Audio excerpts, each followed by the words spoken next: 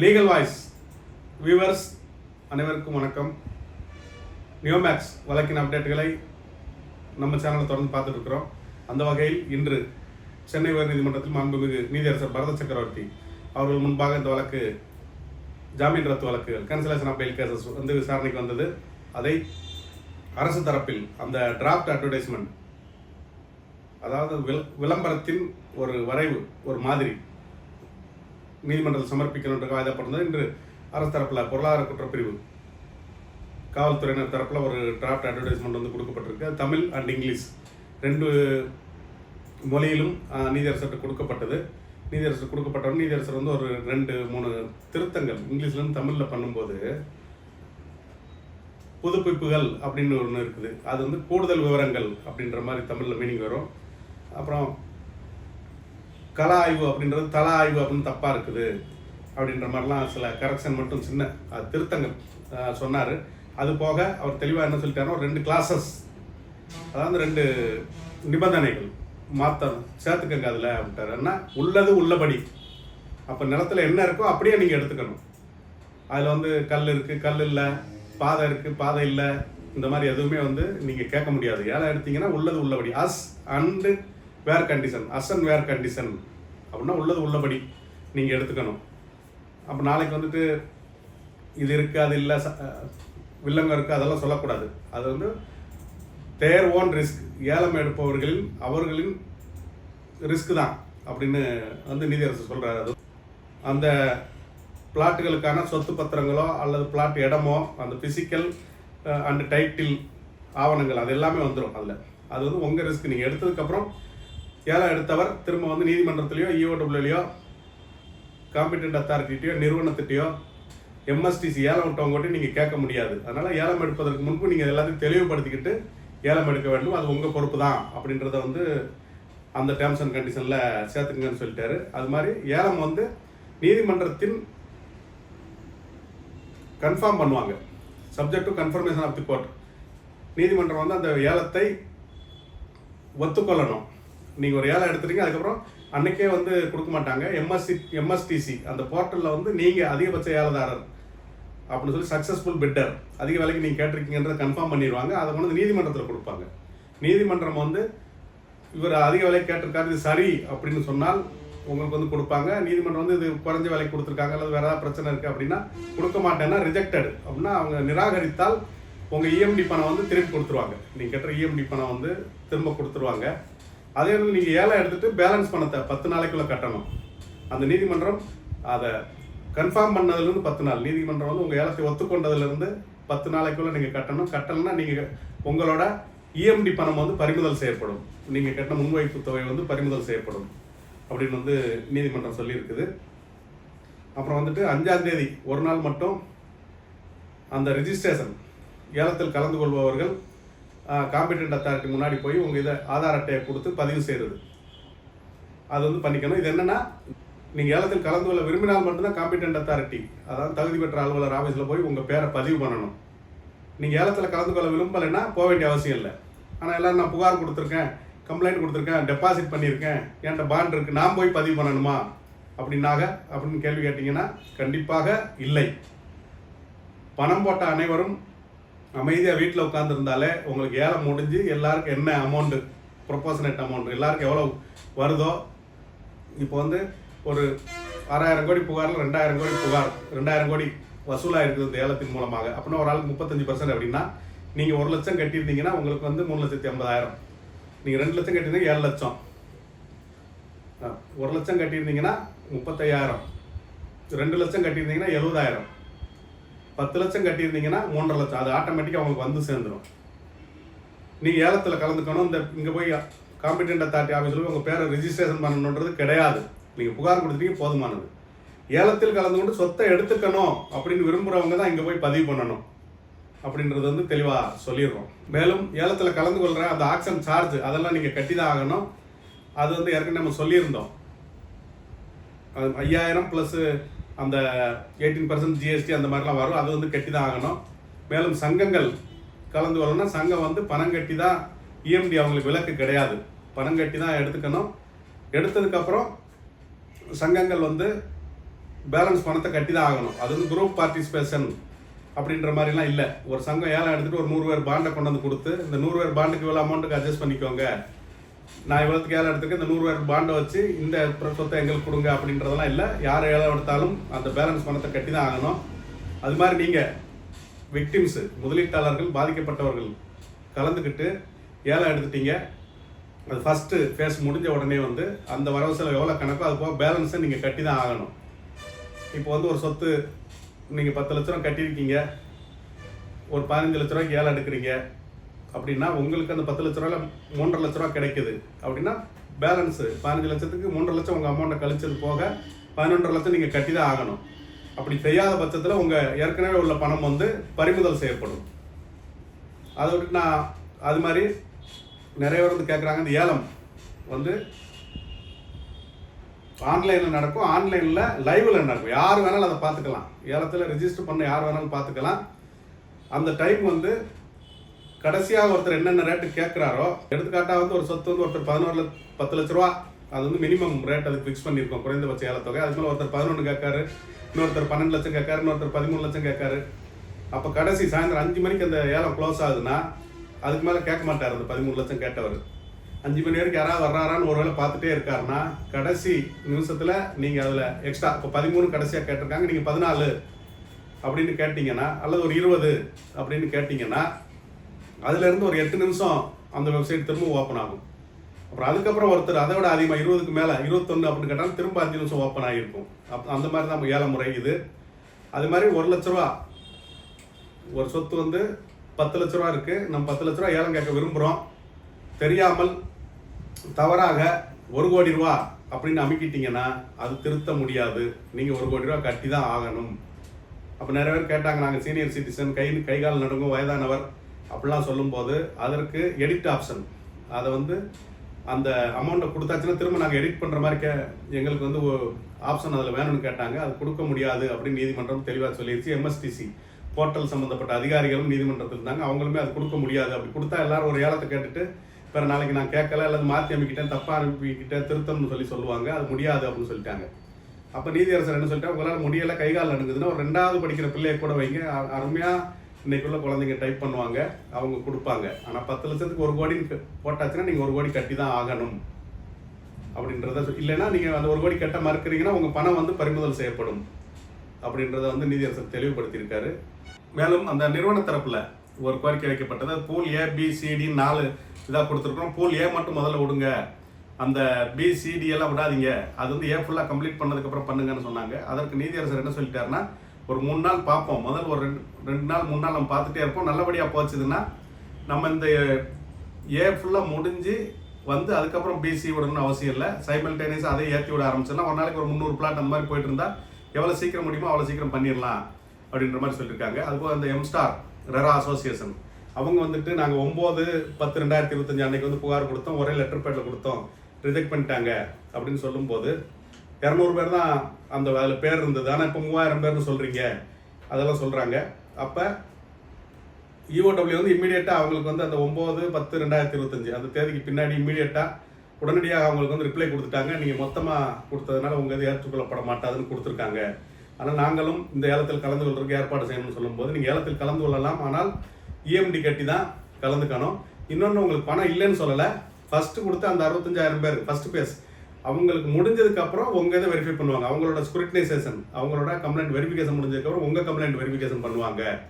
ஏன்னா 2 வருஷத்துக்கு முன்னாடி பேப்பர் பப்ளிகேஷன் கொடுத்துருக்காங்க, அதுக்கப்புறம் திரும்பவும் ஒரு விளம்பரம் கொடுத்துருக்காங்க, புகார் கொடுங்கன்ட்டு. அதெல்லாம் போகாமல் கடைசி நாள் வரை காத்திருந்து கடைசி நாளும் தனிப்பட்ட முறையில் புகார் கொடுக்காமல் ஒட்டு மொத்தமாக ஒரு லெட்டர் பேரில் எங்கிட்ட 3000 பேர் இருக்கான்னு பேர் அட்ரஸ் எதுவும் இல்லாமல் நீங்கள் கொடுத்துருக்கீங்க, அதனால் அது தனியாக பார்ப்பாங்க. இப்போ வந்து நீங்கள் அந்த 2000 பேரோட லிஸ்ட் வந்து பென்ட்ரைவில் அதெல்லாம் கொடுத்துருக்காங்கன்னா உங்கள் இது ஏற்றுக்கொள்ளலை மறுக்கப்பட்டதுன்னு கிடையாது, உங்கள் இது பின்னாடி இந்த 64,000 பேர் விசாரித்து முடிச்சதுக்கப்புறம் உங்கள் இதை வெரிஃபிகேஷன் பண்ணுவாங்க அப்படின்ற மாதிரி அவங்களுக்கு ஒரு தகவலை வந்து நீதிமன்றத்தில் சொல்லியிருக்காங்க.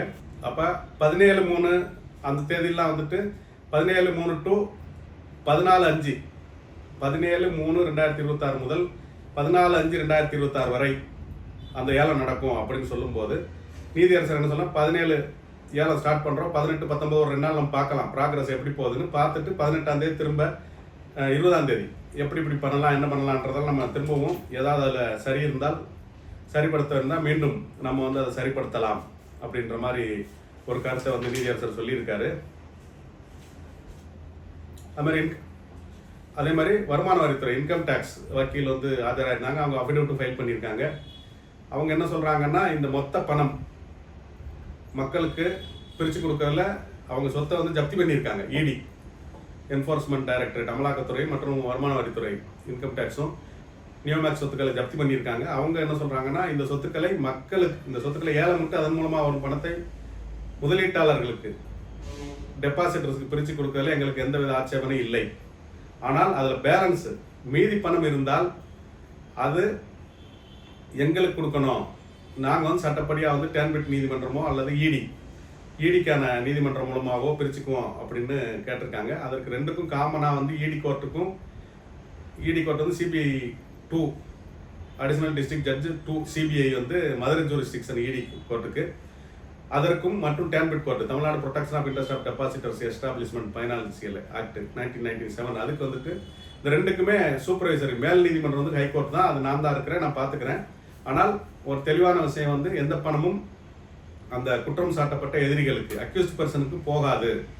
மக்கள் கொடுத்தவோ மீதி இருந்தால் அது இன்கம் டேக்ஸுக்கும் ஈடிக்கும் தகவல் சொல்லி டேன்பிட் கோர்ட்டில் டெபாசிட் வச்சுருவோம். மேலும் பதிவு கட்டணங்களில் விதிவிலக்கு அளிக்கணும் அப்படின்றது மூத்த குடிமக்கள் சங்கம் அவங்க கேட்டிருந்தாங்க. அது முடியாது. பதிவு கட்டணத்தில் எந்தவித எக்ஸம்ஷன் கொடுக்க முடியாது, அவங்க கட்டி தான் ஆகணும் அப்படின்னு நீதியரசர் தெளிவுபடுத்தியிருக்காரு. அது போக 30%க்கு நாங்கள் ஏலம் எடுக்கிறோம், நாங்கள் 10 லட்சம் போட்டிருக்கோம், 10 லட்சத்துக்கு ஏலம் எடுக்கிறோம். அப்போ வந்து 30% 3 லட்சம் தான் எங்களுக்கு வந்து இந்த டோட்டல் வேல்யூ மக்களுக்கு பிரித்து கொடுக்குற பணம் வருதுன்னா பேலன்ஸ் 70% கட்ட வேண்டி இருக்குது. அதை கட்டுறதுக்கு எங்களுக்கு பணம் இல்லை. ஆனால் நாங்கள் வந்துட்டு எங்களோட வாரிசுகளுக்கு பேரம்பேத்திகளுக்கு வயசான காலத்தில் சொத்துக்காக தான் பணம் கொடுத்தோம், இடம் வாங்குறதுக்காக தான் பணம் கொடுத்தோம், அதனால் நாங்கள் இடம் வாங்கிக்கிடுறோம், எங்கள் மொத்த இதை கழிக்கணும் அப்படின்ற மாதிரி கேட்டிருக்காங்க. அதற்கு நீதியரசர் வந்து மொத்தம் ஏலம் போட்டோம், ஏலம் போனதுக்கப்புறம் நம்ம அதை என்ன செய்யலாம் அப்படின்னு பார்ப்போம் அப்படின்ற மாதிரி சொல்லியிருக்காரு. மேலும் எல்லா பிளாட்டையும் ஒரே நேரத்தில் ஏலம் விடணும் அதெல்லாம் பண்ண முடியாது. பிபி வந்துட்டு ஒரு ட்ரையல் பேசிஸில் வந்து 10 பிளாட் முதல்ல ஏலம் விடுவோம், அது எப்படி வருதுன்னு பார்ப்போம்னு சொன்னாங்க. நாம் இப்போ 10,000 பிளாட்டுக்கு மேலே ஏலம் விடுறது சம்மந்தமாக பேசியிருக்கிறோம். அதனால் 10,000 பிளாட்டுக்கு மேலே நம்ம ஏலம் விடுவோம். ஒரு நாளைக்கு 300 பிளாட்டாக வந்து ஏலம் போகும் அப்படின்னு சொல்லிட்டு அதுக்கப்புறம் என்னன்னா அந்த நிலங்கள் உள்ளபடி தான் கிடைக்கும் அப்படின்றத தெளிவுபடுத்திடுறாரு. அதனால் ஏலம் எடுத்ததுக்கப்புறம் வேறு எதுவும் கேட்க முடியாது. இடம் கூடுது குறையுது, இடத்த காணோம், பிளாட்டை காணோம், கல்லை காணோம், பெயிண்டை காணோம், ரோடு இல்லை, பாதை இல்லை, வேறு எதுவுமே கேட்க முடியாது. அஸ் அண்ட் வேர் கண்டிஷன் உள்ளபடி நீங்கள் எடுத்துக்கணும். அது மாதிரி பிட்டர்ஸோட ரிஸ்க்கு உங்கள் ஓன் ரிஸ்க் தான். நீங்கள் தான் வந்து சொத்துக்களோட பத்திரங்கள், சொத்து எப்படி இருக்குது, அந்த இடம், அதில் கல் எடுத்துட்டான், மண் எடுத்துட்டான், குவாரி பண்ணிட்டான், இந்த மாதிரிலாம் கேட்க முடியாது. உள்ளபடி தான்.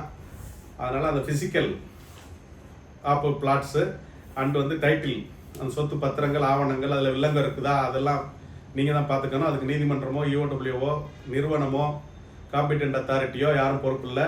அது உங்கள் ஓன் ரிஸ்க் தான். அப்போ நீங்கள் ஏலம் எடுத்தது வந்து நீதிமன்றம் கன்ஃபார்ம் பண்ணதுக்கப்புறம் நீங்கள் 10 நாளைக்குள்ள பேலன்ஸ் பணத்தை கட்டணும். நீதிமன்றம் ரிஜெக்ட் பண்ணால் அதுக்கான ரீசனை வந்து அந்த வெப்சைட்டில் சொல்லிடுவாங்க எதுக்காக கொடுக்கலன்ட்டு.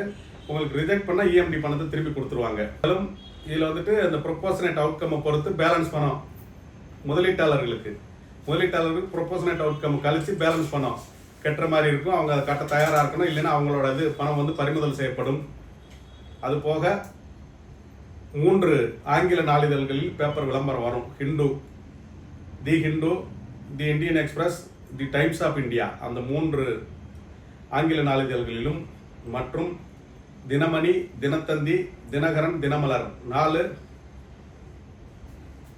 தமிழ் நாளிதழ்களிலும் அந்த விளம்பரம் வந்துடும். இதில் அந்த ஏலத்தேதி, ஏலத்தில் கலந்து கொள்ளும் நிபந்தனைகள், அந்த மாதிரி விஷயம் மட்டும்தான் இருக்கும். சொத்து விவரம் வந்து வெப்சைட்டில் பார்க்கவும், யூஓடபிள்யூ வெப்சைட்டில் பார்க்கவும் வந்துடும். எம்எஸ்டிசி வெப்சைட்டு யூஓடபிள்யூ வெப்சைட்டில் பார்க்கணும்னு வந்துடும். அதில் தான் நீங்கள் பார்த்து தெரிஞ்சுக்கணும் சொத்து விவரங்களை.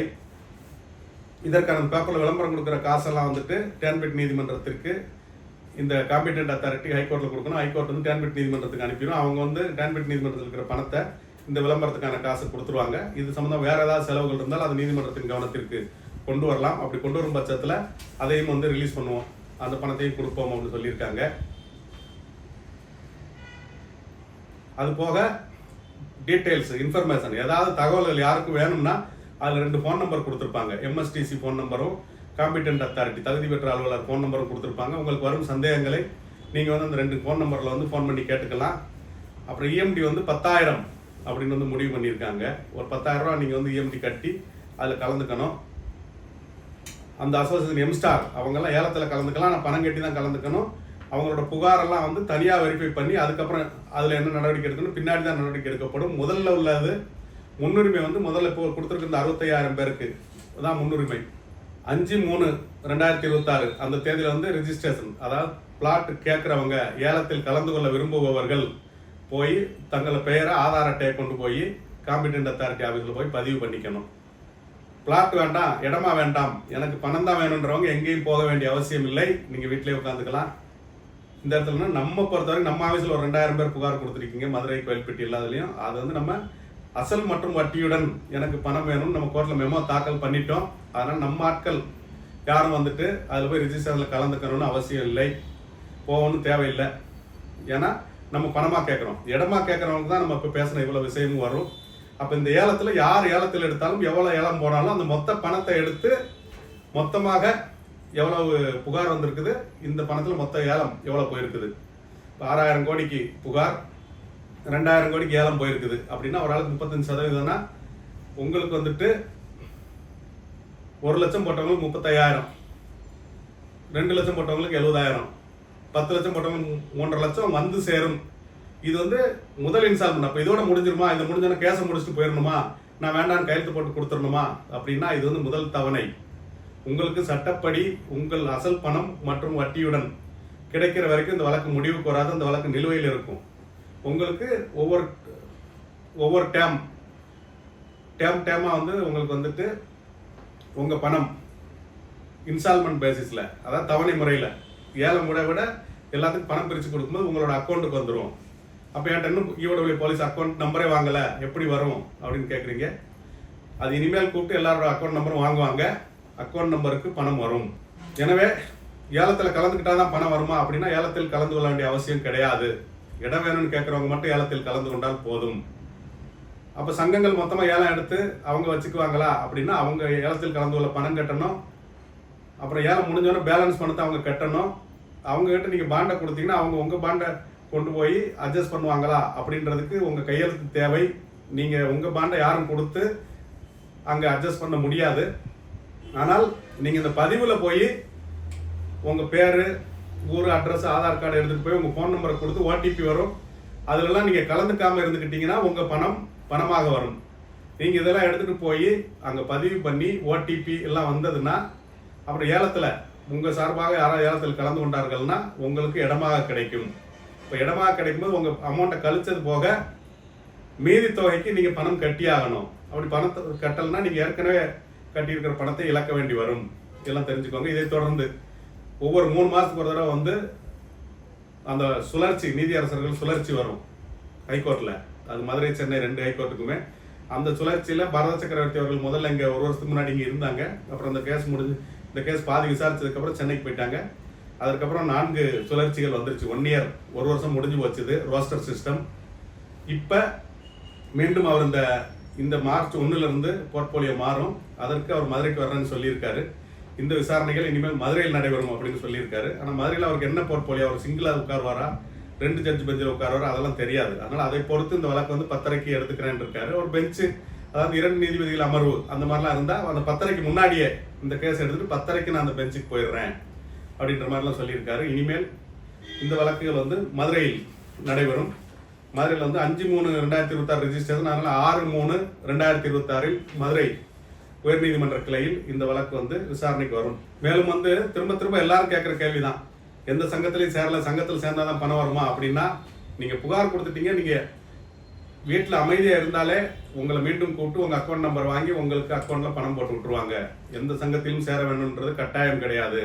சங்கத்தின் மூலமாக பணம் வராது. சங்கத்திற்கு மொத்தமாக பணமோ இடமோ, மொத்தமாக சங்கத்துக்கு பணம், மொத்தமாக சங்கத்துக்கு இடம், அதெல்லாம் கொடுத்து உங்களுக்கு பிரித்து கொடுன்னு சொல்ல மாட்டாங்க. ஒவ்வொருத்தரோட தனிப்பட்ட வங்கி கணக்கிற்கு தனிப்பட்ட முறையில் பணம் வரும். மேலும் இதில் இடி ஐடி, அதாவது ஐடி ஐடி இன்கம் டேக்ஸ் மற்றும் இடி அதெல்லாம் இருக்குது. அவங்க வந்து இதை ஃபாலோ பண்ணிட்டு இருக்காங்க. அப்புறம் இனிமேல் வரப்போகிற டிஸ்பர்சல் அமௌண்ட், அதில் நீங்கள் இதுவரை கட்டியிருக்கிற பணத்திற்கு என்ன பணம் தொகை வந்தாலும் அதற்கு வருமான வரி கிடையாது. ஆனால் இனிமேல் ஏலம் எடுத்தீங்கன்னா அந்த இதுக்கு நீங்கள் வருமான வரி, ஜிஎஸ்டி எல்லாமே வந்து கணக்கு கொடுத்து தான் ஆகணும். 18% அந்த ஜிஎஸ்டி இதெல்லாம் வரும். மேலும் பதிவு தொகை அதுவும் நீங்கள் ஃபுல்லாக கொடுத்து தான் பதிஞ்சு ஆகணும். ஏற்கனவே நம்ம பல வீடியோக்களில் சொல்லியிருப்போம். கைட்லைன் வேல்யூ, மார்க்கெட் வேல்யூன்னு சொல்லியிருப்போம். கைட்லைன் வேல்யூன்றது வழிகாட்டி மதிப்பு. வழிகாட்டி மதிப்புன்றது உங்கள் ஊரில் ஒரு சொத்து வந்து 1 கோடி ரூபா இருக்கும். ஆனால் சப்ரிசார் ஆஜில் அந்த இடத்துக்கு வேல்யூ வந்து 10 லட்சம் இருக்கும். அப்போ நீங்கள் 10 லட்சத்துக்கு 11%, 11,000 கொடுத்து அந்த சொத்தை பதிவு பண்ணால் போதுமானது. இதுதான் கைட்லைன் வேல்யூ. ஆனால் மார்க்கெட் வேல்யூ, சந்தை மதிப்பு 1 கோடி ரூபா இருக்கும். அந்த இடம் 10 லட்சம் தான் அங்கே சப்ரிசார் ஆஜில் இருக்கும். ஆனால் நீங்கள் 1 கோடிக்கு வாங்கியிருப்பீங்க. 1 கோடிக்கு வாங்கியிருந்தாலும் 10 லட்சம் சப்ரிசார் ஆஜில் வேல்யூ இருக்கிறனால நீங்கள் 10 லட்சத்துக்கு 11,000 கட்டி பதிஞ்சா போதுமானது. ஆனால் இங்கே நீங்கள் வந்து 1 கோடிக்கு ஏலம் எடுக்கிறீங்க அப்படின்னா அங்கே 10 லட்சம் இப்போ மார்க்கெட் வேல்யூ இருக்கும். ஆனாலும் நான் 1 கோடிக்கு ஏலம் எடுத்திருக்கேன், 10 லட்சத்துக்கு கட்டுறேன்னு சொல்ல முடியாது. 1 கோடிக்கு எடுத்தால் 1 கோடிக்கு நீங்கள் 11% வந்து கட்டி தான் ஆகணும். அப்போ 11 லட்சம் கட்டி தான் ஆகணும். அப்போ 1 கோடி ப்ளஸ் 11 லட்சம் இதுக்கெல்லாம் வந்து நீங்கள் இன்கம் டேக்ஸு, ஜிஎஸ்டி அதெல்லாம் வந்து கட்டி தான் ஆகணும் அப்படின்றதையும் நீங்கள் தெரிஞ்சுக்கோங்க. இன்னும் சில பிளாட்டுகள் வந்து பஞ்சாயத்து அப்ரூவல் அந்த மாதிரி பிஃபோர் 2012க்கு முன்னாடி அப்ரூவல், பஞ்சாயத்து அப்ரூவல் வாங்கி அந்த பஞ்சாயத்து அப்ரூவல் இருந்து டிடிசிபி ரெரா அப்ரூவல் இல்லாமல் அப்படியே கண்டினியூஸாக போய் மாறி மாறி பதிஞ்சு வச்சுருந்தாங்கன்னா திரும்ப வந்து நீங்கள் ரெகுலரைசேஷன் சார்ஜ், வரன்முறைப்படுத்தும் கட்டணம் அதெல்லாம் திரும்ப கட்டி வரன்முறைப்படுத்தி அப்போ தான் உங்களுக்கு ரெகுலரைசேஷன் ஆகும். அப்போ தான் பிளாட் வீடு கட்டுறதுக்கு, செய்கிறதுக்கு, கட்டிடங்கள் கட்டுறதுக்கு அப்ரூவல் கிடைக்கும் பஞ்சாயத்தில். அந்த மாதிரிலாம் இருக்குது. அது போக அசன் வேர் கண்டிஷன் சொன்னதுனால கிராய பத்திரம் யார் பேர்லையா இருக்கலாம், இன்னொருத்தன் பேரில் பவர் வாங்கியிருக்கலாம், ஒருத்தர் பேரில் பவரை வச்சு இன்னைக்கு நிறுவனம் கொடுக்கலாம், பவர் வாங்கின செத்து போயிருந்தா அந்த பவர் செல்லாது. இப்படி சில சட்ட சிக்கல்கள் இருக்குது. ஆவணங்களை நீங்கள் தான் தெளிவாக பார்த்துக்கணும் அப்படின்றதையும் நீதிமன்றம் மிகவும் தெளிவாக வந்து ஆவணங்களை நீங்கள் தெளிவாக பார்த்துக்கோங்க, இடத்தையும் நீங்கள் தெளிவாக பார்த்துக்கோங்க, இடத்துலையும் பிரச்சனை இருந்தால் நீதிமன்றமோ நிர்வாகமோ யாரும் பொறுப்பு இல்லை அப்படின்றதையும் தெளிவாக சொல்லியிருக்காங்க. அதே மாதிரி பணம் கேட்டால் லேட் ஆகும், இடம்னா உடனே பதிவு பண்ணி கொடுத்துருவாங்களா அப்படின்னா இடமும் பணமும் ஒரே நாளில் தான். என்னைக்கு இடம் ரெஜிஸ்ட்ரேஷன் பண்ணி கொடுக்காங்களோ அன்னைக்கு தான் பணமும் அக்கௌண்ட்டில் வரும். உங்களுக்கு அக்கௌண்ட்டில் பணம் வர அன்னைக்கு தான் அவங்களுக்கு ரெஜிஸ்ட்ரேஷன் நடக்கும் அப்படின்றதையும் வந்து தெளிவாக தெரிஞ்சுக்கோங்க. நம்ம நேரடியாக போய் பார்த்ததுல நிறைய இடத்துல வந்து அந்த ஸ்கெட்ச் எல்லாம் அருமையாக போட்டு உங்களுக்கு வந்து மேப்பு ஸ்கெட்ச் எல்லாம் கொடுத்துட்றாங்க, இந்த இடம் தான்ட்டு. அந்த இடத்துல போய் பார்த்தா கல் இல்லை, பாதை இல்லை, ரோடு போட்டு கொடுக்கல, எதுவும் இல்லை. அந்த மாதிரி சில விஷயங்கள்லாம் இருக்குது. டாக்குமெண்ட் வேறு வேறு ஆள் பேர்லேருந்து வில்லங்கங்கள் அதுவும் இருக்குது. நீங்கள் வில்லங்கள்லாம் ஈஸி போட்டு பார்த்துக்கணும். இன்கம்பரன்ஸ் சர்டிஃபிகேட், வில்லங்க சான்றிதழ்கள் இதெல்லாம் பார்த்துக்கணும். ஏலம் கேட்டுட்டு நீங்கள் பேலன்ஸ் கட்டாமல் போனால் உங்கள் பணத்தை இழக்கும் அபாயம் இருக்குது. ஏலம் எடுத்துகிட்டு உங்கள் டெபாசிட்டுக்கு மேலே, உங்கள் பாண்டுக்கு மேலே எக்ஸ்ட்ரா அமௌண்ட் நீங்கள் பணமாக கட்டினீங்கன்னா அதுக்கு ஜிஎஸ்டி, இன்கம் டேக்ஸ் அதெல்லாம் கட்ட வேண்டி இருக்குது. இந்த மாதிரி நிறைய விஷயங்கள் இருக்குது. மேலும் நீங்கள் இது சம்மந்தம் ஏலம் எடுக்கிறதுக்கு முன்னாடி உங்கள் பகுதிகளில் உள்ள ஒரு வக்கீல், யார் இருந்தாலும் உங்கள் ஏரியாவில் உள்ள ஒரு வக்கீல்கள், சட்ட ஆலோசகர்கள் அவங்கள கூட்டிகிட்டு போய் அந்த இடத்த பாருங்கள், அந்த ஆவணங்களை செக் பண்ணுங்கள். மேலும் இது சம்மந்தமாக சந்தேகம் இருந்தால் அந்த தகுதி பெற்ற அலுவலர், competent authority, SP, superintendent of police, காவல்துறை கண்காணிப்பாளர் தென்மண்டலம் திரு சரவணகுமார் அவர்கள், Chennai police training academy, Ashok Nagar அங்கே இருக்காங்க. அவங்ககிட்ட போய் இந்த விவரம் கேளுங்க. ஈஓடபிள்யூ போலீஸ்கிட்ட போய் டிஎஸ்பி, இன்ஸ்பெக்டர், ஈஓடபிள்யூ அவங்கெல்லாம் இருக்காங்க. அவங்ககிட்ட உங்கள் சந்தேகங்கள்லாம் கேட்டுக்குங்க. 2 ஃபோன் நம்பர்களும் கொடுத்துருக்காங்க. எம்எஸ்டிசி மற்றும் காம்பிடென்ட் அத்தாரிட்டி ஃபோன் நம்பர் கொடுத்துருக்காங்க. அதுலேயும் நீங்கள் வந்து உங்கள் சந்தேகங்களை கேட்டுக்கலாம். அதிகபட்சம் உங்கள் பகுதியில் இருக்கிற வழக்கறிஞர்களை கூட்டிகிட்டு போய் உங்கள் சந்தேகத்தை கேட்டு எல்லாம் நிவர்த்தி பண்ணிவிட்டு நீங்கள் வந்து இந்த ஏலத்தில் கலந்து கொள்வது நல்லது. இல்லாட்டி போனால் நீங்கள் ஆதாரம் கொடுத்து உங்கள் ரெஜிஸ்ட்ரேஷன் பண்ணீங்கன்னா திரும்ப ஓடிபி வாங்கினீங்கன்னா அது வந்து வேறு யாராவது யூஸ் பண்ணாலும் உங்கள் நேமை யூஸ் பண்ணி யாராவது பண்ணாங்கன்னா அதற்கு நீங்கள் தான் பொறுப்பேற்க வேண்டியிருக்கும். இந்த அபாயங்கள்லாம் தெரிஞ்சுக்கிட்டு ஏலத்தில் கலந்து கொள்வது நல்லது. மேலும் சந்திப்போம். நன்றி, வணக்கம்.